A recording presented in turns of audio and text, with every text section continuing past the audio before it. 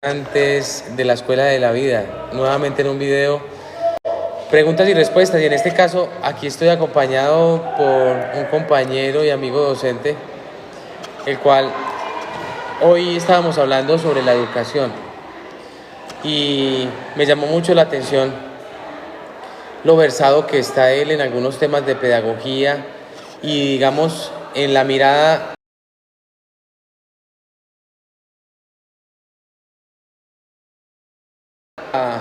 que en este en vivo hablemos un poquito sobre educación, sobre qué debemos de repensar hoy en día y de verdad si la educación sirve o no, porque también se escucha mucho decir en la actualidad, pero ¿para qué uno estudiar?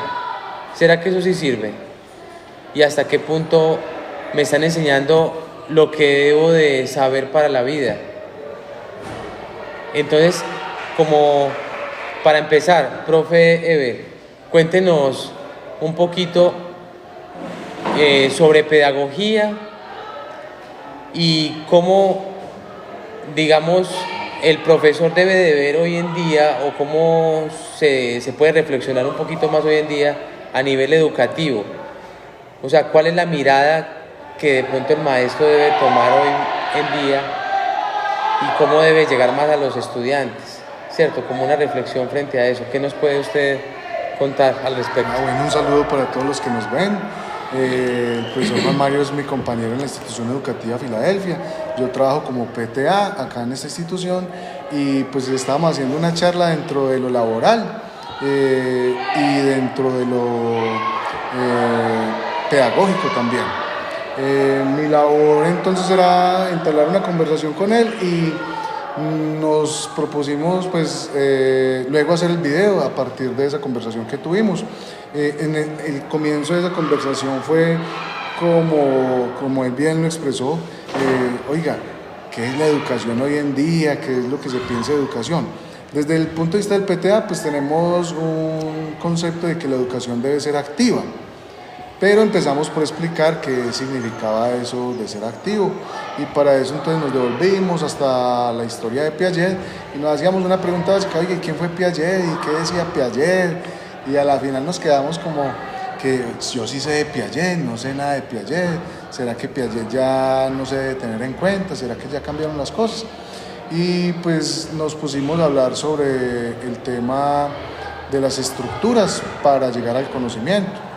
Que decíamos, cuando alguien aprende algo está modificando su forma de pensar, está modificando su contexto psicológico. Porque estábamos hablando ahí de qué es la verdad. Yo le pregunté al profe, entonces, ¿qué es la verdad? Y va al contexto educativo. De verdad, ¿qué es lo que se debe enseñar y qué es lo que debemos de aprender? Entonces ahí usted tocó el tema de Piaget. Sí.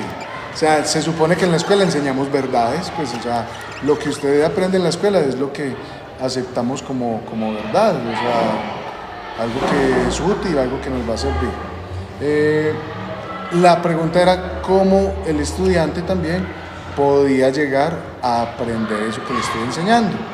Y pues nos remitimos como a ciertas ideas sobre el currículo, entonces hay un currículo establecido por el Ministerio de Educación, los lineamientos, los estándares, todos esos documentos de referencia y de actualización, pero es un currículo rígido que no se puede modificar sino a través de una ley o a través de un ministro y que pues desciende a un segundo currículo que planea el docente para llevar a su institución en forma de una malla curricular.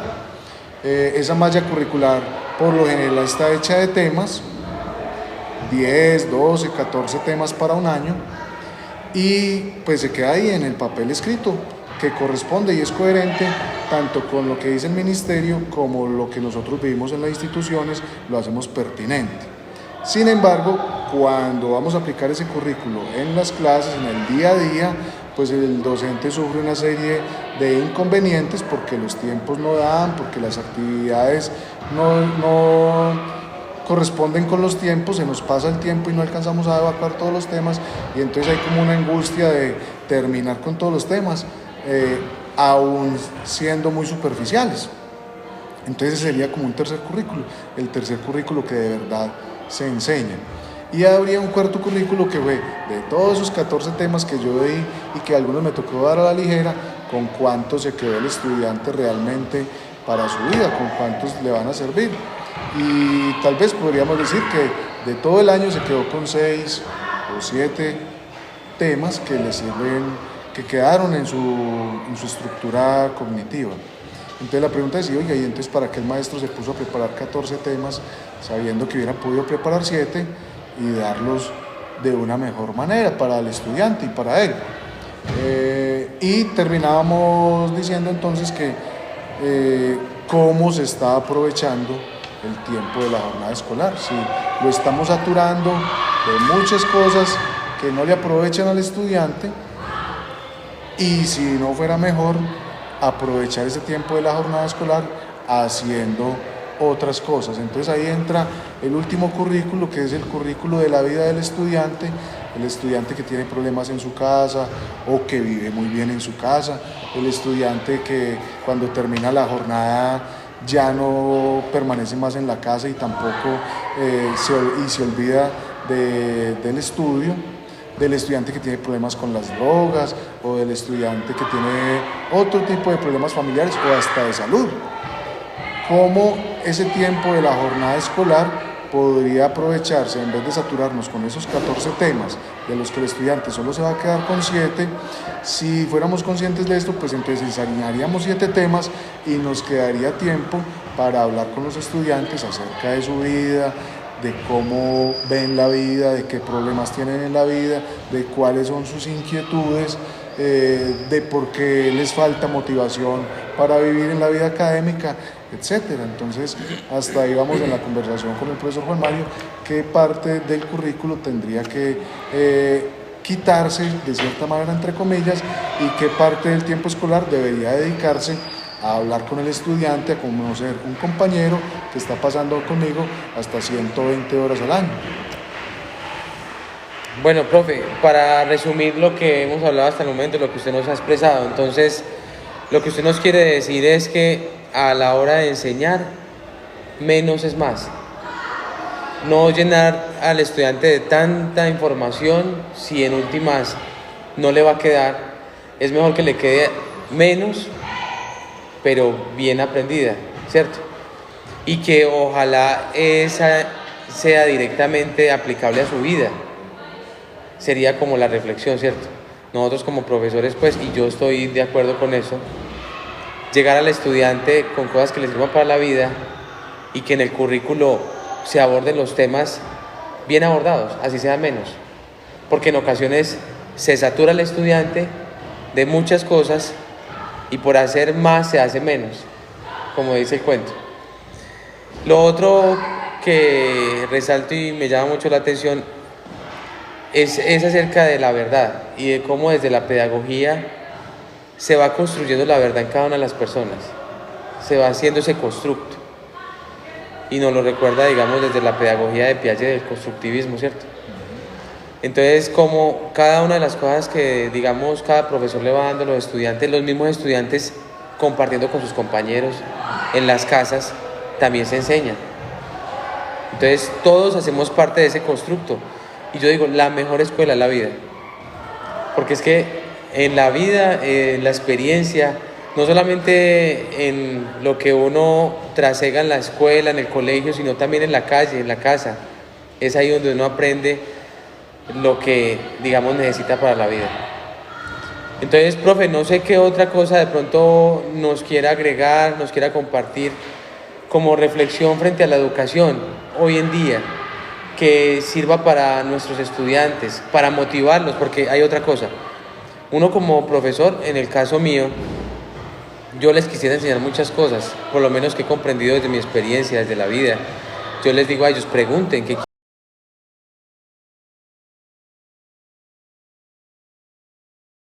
pueda servir para sus vidas, pero ellos muchas veces se quedan callados. Les digo yo, no pregunten todo a la vez. Entonces, ¿hasta qué punto también como darles como una reflexión a los jóvenes? ¿Cómo aprovechar mejor el estudio? ¿Cómo aprovechar mejor la educación? Porque también nosotros como docentes vemos eso, una especie como de desmotivación, como desidia, como que ya el joven no quisiera saber del colegio, ni quisiera saber cosas de la vida, como que no encuentra todavía su propósito. ¿Sí?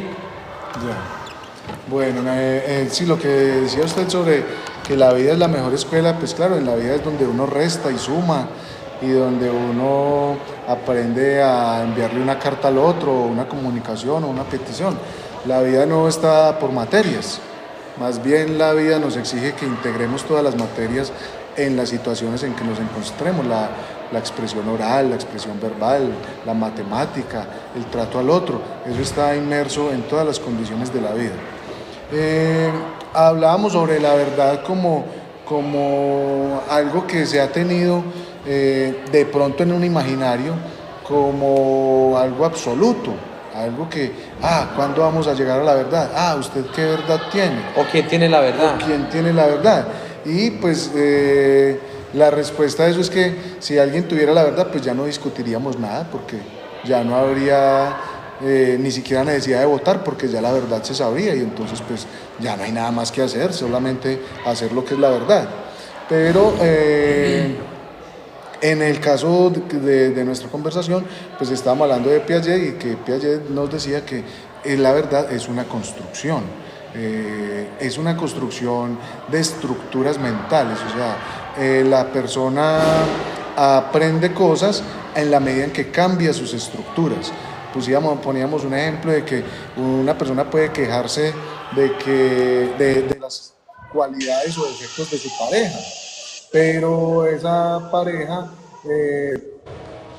la persona que se queja de sus defectos de su pareja, le podrían recomendar, oiga, pero es que usted debería pensar las cosas de otra manera, aceptar los defectos de su pareja, tomarlos de otra manera. Para que esa persona acepte al otro, pues lo que tiene que cambiar es su estructura mental, aprender a ver al otro de una manera diferente, a aceptar sus errores o ayudarle, brindarle unas herramientas para que no lo siga cometiendo. Entonces, en la medida en que la persona transforma sus estructuras mentales, es que está aprendiendo. Y ese cambio de estructuras es lo que llamamos esa aproximación o esa construcción de la verdad. Decíamos, por ejemplo, que uno dice, páseme los planos o la estructura de la casa. Entonces una casa tiene vigas, tiene paredes que la hacen sólida, tiene columnas, tiene techos, tiene ventanas, pero tal vez en el caso de entrar a la casa puede que un hombre no quepa, y puede que un hombre no quepa, y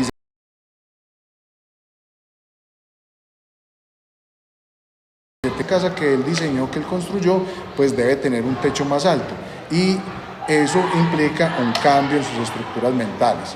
O sea que todo desarrollo que hace el humano es un cambio en sus estructuras mentales.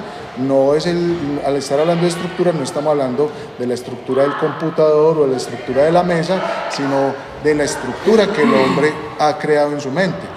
Por eso decimos que la verdad sigue creciendo, sigue haciéndose, y la verdad pues no va a tener fin, porque es esa construcción de lo mental. Y cuando va el hombre a parar su creación mental, pues creemos que nunca, ¿cierto? Hoy vamos con naves espaciales o más allá si lo queremos hacer.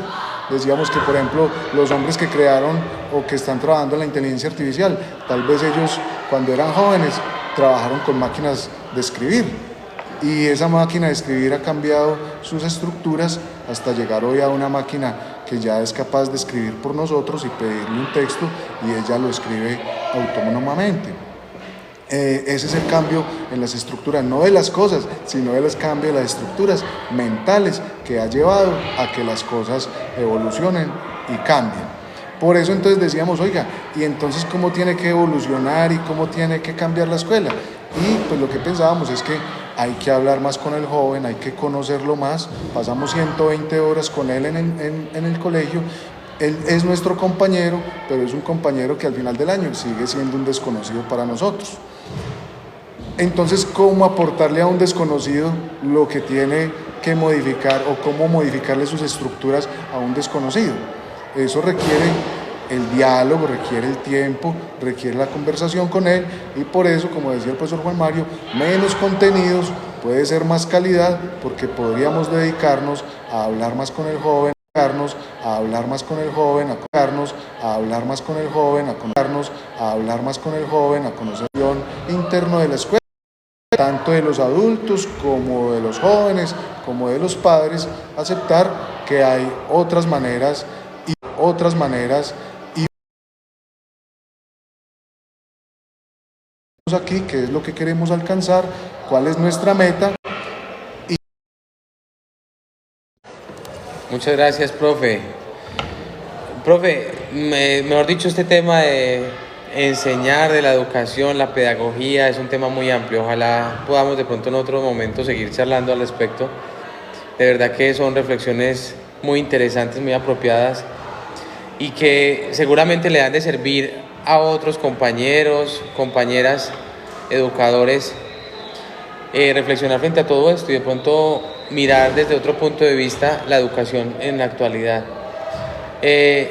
Con respecto a la motivación con los jóvenes, yo también quiero decirles que el que tiene el conocimiento tiene el poder. El problema no es estudiar, el problema no es la educación, sino más bien es saberle sacar el jugo y el provecho a la educación, al conocimiento que tenemos. Porque si ustedes piensan que la educación cuesta o el conocimiento cuesta, no saben cuánto cuesta la ignorancia. El no saber usted algo en determinado momento lo pone en desventaja frente a cualquier cosa. Mientras que de saber invertir son cosas que se escapan de pronto en la escuela.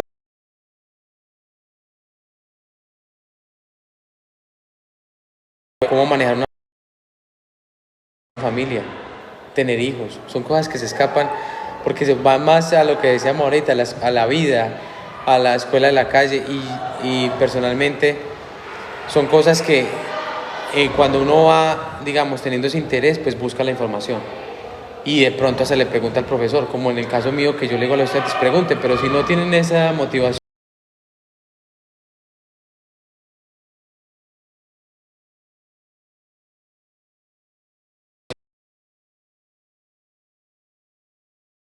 a los trancazos o de pronto con la experiencia y el conocimiento de otra persona. Entonces, si les ha gustado este video y les ha parecido interesante la información, por favor, compártanlo con sus amigos, familiares, profesores, estudiantes y hasta la próxima. Denle like.